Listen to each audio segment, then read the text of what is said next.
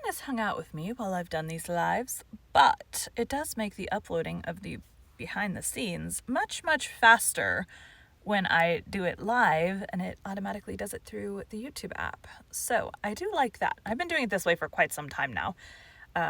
So then I have, I post shorts of, a clip from here, so then I have to, download it and upload it and whatever. But that takes, way less time than it used to take me to upload these video things. So, we like it. Today we'll be continuing Adventures of Huckleberry Finn by Mark Twain. Chapter 35. It would be most an hour yet till breakfast, so we left and struck down into the woods because Tom said we got to have some light to see how to dig by, and a lantern makes too much and might get us into trouble. What we must have is a lot of them rotten chunks that's called foxfire, and just makes a soft kind of glow when you lay them in a dark place. We fetched an armful and hid it in the weeds and sat down to rest, and Tom says, kind of dissatisfied, "Blame it, this whole thing is just as easy and awkward as it can be, and so it makes it so rotten difficult to get up a difficult plan. There ain't no watchman to be drugged. Now there ought to be a watchman. There ain't even a dog to give a sleeping mixture to. And there's Jim chained by one leg with a 10-foot chain to the leg of his bed. Why, all you gotta do is lift up the bedstead and slip off the chain. And Uncle Silas, he trusts everybody. Sends the key to the pumpkin-head servant and don't send nobody to watch the servant. Jim could have got out of that window hole before this, only there wouldn't be no use trying to travel with a 10-foot chain on his leg. Why, drat it, Huck, it's the stupidest arrangement I ever see. You got to invent all the difficulties. Well, we can't help it. We got to do the best we can with the materials we've got. Anyhow, there's one thing. There's more honor in getting 'em out through a lot of difficulties and dangers where there weren't one of them furnished to you by the people who was it their duty to furnish them, and you had to contrive them all out of your own head. Now look at just that one thing of the lantern. When you come down to the cold facts, we simply got to let on that a lantern's resky. Why, we could work with a torchlight procession if we wanted to, I believe.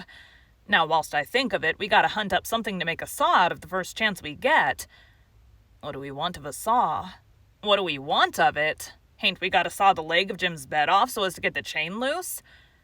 Why, you just said a body could lift up the bedstead and slip the chain off. Well, if that ain't just like you, Huck Finn. You can get up the infant, schooliest ways of going at a thing. Why, ain't you ever read any books at all? Baron Trenck, nor Casanova, nor Benvenuto Cellini, nor Henry IV, nor none of them heroes? Who ever heard of getting a prisoner loose in such an old matey way as that? No. The way all the best authorities does is to saw the bed leg in two and leave it just so and swallow the sawdust so it can't be found, and put some dirt and grease around the sawed place so the very keenest sense skull can't see no sign of it being sawed, and thinks the bed leg is perfectly sound. Then the night you're ready, fetch the leg a kick, down she goes, slip off your chain, and there you are. Nothing to do but hitch your rope ladder to the battlements, shin down it, break your leg in the moat, because a rope ladder is 19 foot too short, you know.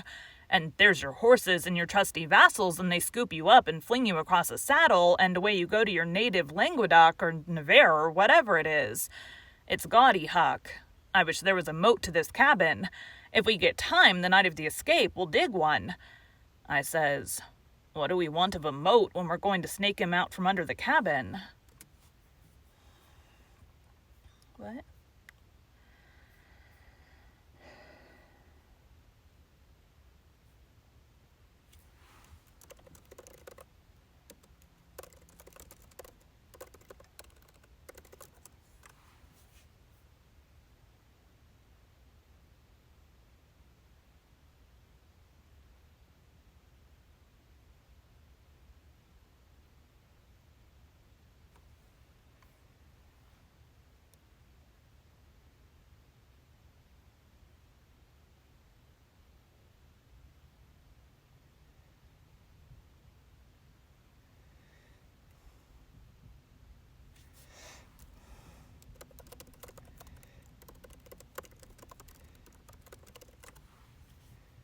Okay.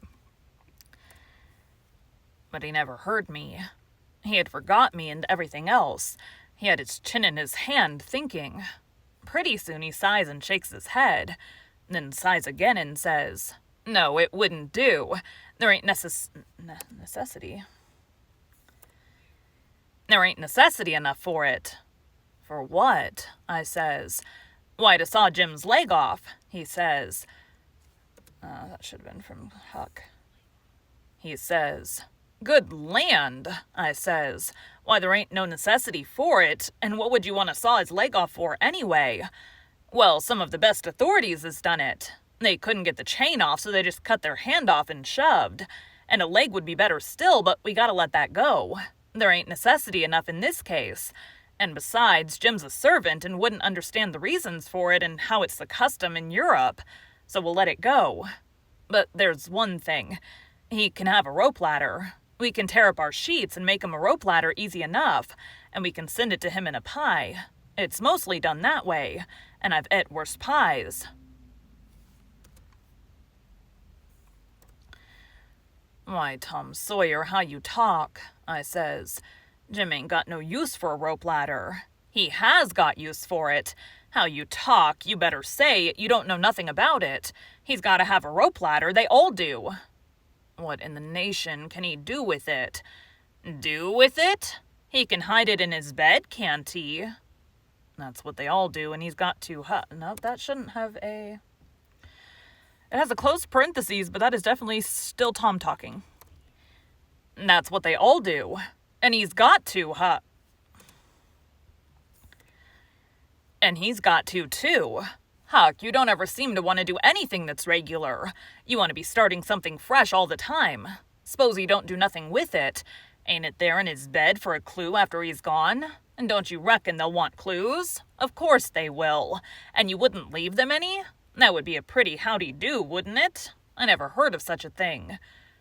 Well, I says, if it's in the regulations and he's got to have it, all right. Let him have it.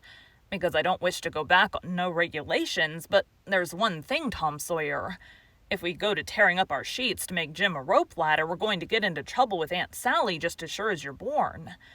Now, the way I look at it, a hickory bark ladder don't cost nothing and don't waste nothing and is just as good to load up a pie with and hide in a straw tick.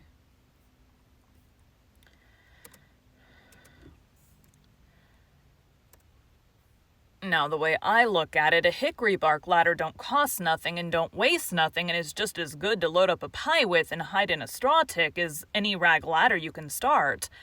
And as for Jim, he ain't had no experience, and so he don't care what kind of a... Oh, shucks, Huck Finn.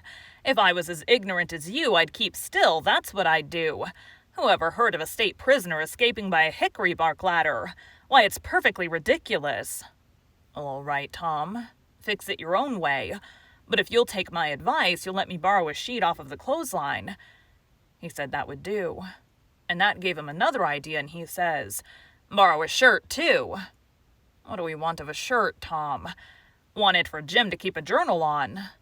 Journal, your granny, Jim can't write. Suppose he can't write, he can make marks on the shirt, can't he? If we can make him a pen out of an old pewter spoon or a piece of an old iron barrel hoop. Tom Sawyer's an idiot. Why are they making this hard? There's no reason other than it makes a cooler story. That is the only reason. Like, they're going through all... They could have, got him out already. God. He's so dumb. Why, Tom, we can pull a feather out of a goose and make him a better one and a quicker one, too. Prisoners don't have geese running around the dungeon keep to pull pens out of, you muggins. They always make their pens out of the hardest, toughest, troublesomest piece of old brass candlestick or something like that they can get their hands on. And it takes them weeks and weeks and months to file it out, too, because they've got to do it by rubbing it on the wall. They wouldn't use a goose quill if they had it. It ain't regular. Well, then, what'll we make him the ink out of? Many makes it out of iron rust and tears, but that's the common sort. And women. The best authorities uses their own blood. Jim can do that. And when he wants to send any little common, ordinary, mysterious message to let the world know where he's captivated, he can write it on the bottom of a tin plate with a fork and throw it out of the window. The Iron Mask always done that. And it's a blame good way, too. Jim ain't got no tin plates. They feed him in a pan. That ain't nothing. We can get him some. Can't nobody read his plates? That ain't got nothing to do with it, Huck Finn. All he's got to do is to write on the plate and throw it out. You don't have to be able to read it. Why, half the time you can't read anything a prisoner writes on a tin plate or anywhere else. Well, then what's the sense in wasting the plates? Why, blame it all, it ain't the prisoner's plates. But it's somebody's plates, ain't it? Well, supposing it is. What does the prisoner care whose... He broke off there because we heard the breakfast horn blowing, so we cleared out for the house.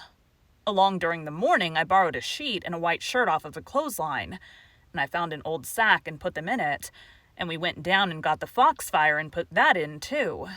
I called it borrowing because that was what Pap always called it, but Tom said it weren't borrowing, it was stealing. This is such a ridiculous plan. He said we was representing prisoners, and prisoners don't care how they get a thing, so they get it. And nobody don't blame them for it either. It ain't no crime in a prisoner to steal the thing he needs to get away with, Tom said. It's his right, and so as long as we was representing a prisoner, we had the perfect right to steal anything on this place we had the least use for to get ourselves out of prison with. He said if we weren't prisoners, it would be a very different thing. And nobody but a mean, ornery person would steal when he weren't a prisoner. So we allowed we would steal everything there was that come handy. And yet he made a mighty fuss one day after that when I stole a watermelon out of the servant patch and eat it. And he made me go and give the servants a dime without telling them what it was for. Tom said that what he meant was we could steal anything we needed. Well, I says I needed the watermelon, but he said I didn't need it to get out of prison with. There's where the difference was. He said if I'd wanted it to hide a knife in and smuggle it to Jim to kill the seneschal with, it would have been all right. So I let it go at that, though I couldn't see no advantage in my representing a prisoner if I got to set down and chaw over a lot of gold leaf distinctions like that every time I see a chance to hog a watermelon. Well, as I was saying, we waited that morning till everybody was settled down to business, and nobody in sight around the yard. And then Tom, he carried the sack into the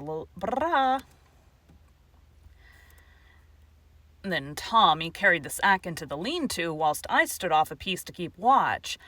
By and by he come out, and we went and sat down on the woodpile to talk. He says, everything's all right now except tools, and that's easy fixed. Tools? I says, yes. Tools for what? Why, to dig with. We ain't a-going to gnaw him out, are we? Ain't them old crippled picks and things in there good enough to dig a servant out with? I says. He turns on me, looking pitying enough to make a body cry, and says, Huck Finn, did you ever hear of a prisoner having picks and shovels and all the modern conveniences in his wardrobe to dig himself out with? Now I want to ask you if you got any reasonableness in you at all. What kind of a show would that give him to be a hero? Why, they might as well lend him the key and done with it. Picks and shovels. Why, they wouldn't furnish 'em to a king. Well then, I says, if we don't want the picks and shovels, what do we want? A couple of case knives. To dig the foundations out from under that cabin with? Yes. Confound it, it's foolish, Tom. 'Bout frickin' time! Now you realize it's foolish? Now? It don't make no difference how foolish it is. It's the right way, and it's the regular way. And there ain't no other way that ever I heard of. And I've read all the books that gives any information about these things. They always dig out with a case knife and not through dirt, mind you. Generally it's through solid rock. And it takes them weeks and weeks and weeks and forever and ever. Why, look at one of them prisoners in the bottom dungeon of the Castle Deep in the harbor of Marcellus that dug himself out that way. How long was he at it, you reckon? I don't know. Well, guess. I don't know, a month and a half. 37 year, and he come out in China. That's the kind I wish the bottom of this fortress was solid rock. Jim don't know anybody in China. What's that got to do with it? Neither did that other fellow, but you're always wandering off on a side issue. Why can't you stick to the main point? All right, I don't care where he comes out, so he comes out, and Jim don't either, I reckon. But there's one thing anyway. Jim's too old to be dug out with a case knife. He won't last. Yes, he will last too. You don't reckon it's going to take 37 years to dig through a dirt foundation, do you? How long will it take, Tom? Well, we can't risk being as long as we ought to, because it mayn't take very long for Uncle Silas to hear from down there by New Orleans. He'll hear Jim ain't from there. Then his next move will be to advertise Jim or something like that. So we can't risk being as long digging him out as we ought to. By rights, I reckon we ought to be a couple of years, but we can't. Things being so uncertain, what I recommend is this, that we really dig right in as quick as we can, and after that we can let on to ourselves that we was at it 37 years. Then we can snatch him out and rush away the first time there's an alarm. Yes, I reckon that'll be the best way. Couldn't you just get him out the easy way and then pretend you did it the hard way? You just tell people you did it the hard way. You don't have to actually do it the hard way. Now there's sense in that, I says. Letting on don't cost nothing. Letting on ain't no trouble. And if it's any object, I don't mind letting on we was at it 150 year. It wouldn't strain me none after I got my hand in. So I'll mosey along now and smouch a couple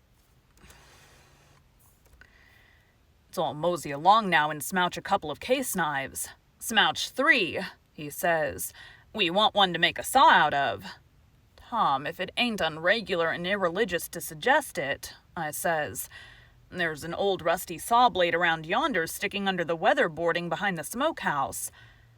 He looked kind of weary and discouraged like and says, It ain't no use to try to learn you nothing, Huck. Run along and smouch the knives, 3 of them. So I done it.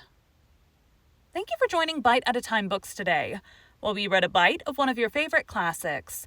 Again, my name is Bree Carlile, and I hope you come back tomorrow for the next bite of Adventures of Huckleberry Finn. Air. Okay. I have about 12 minutes till work. I forgot to send out inquiries for audiobooks, so thanks, guys.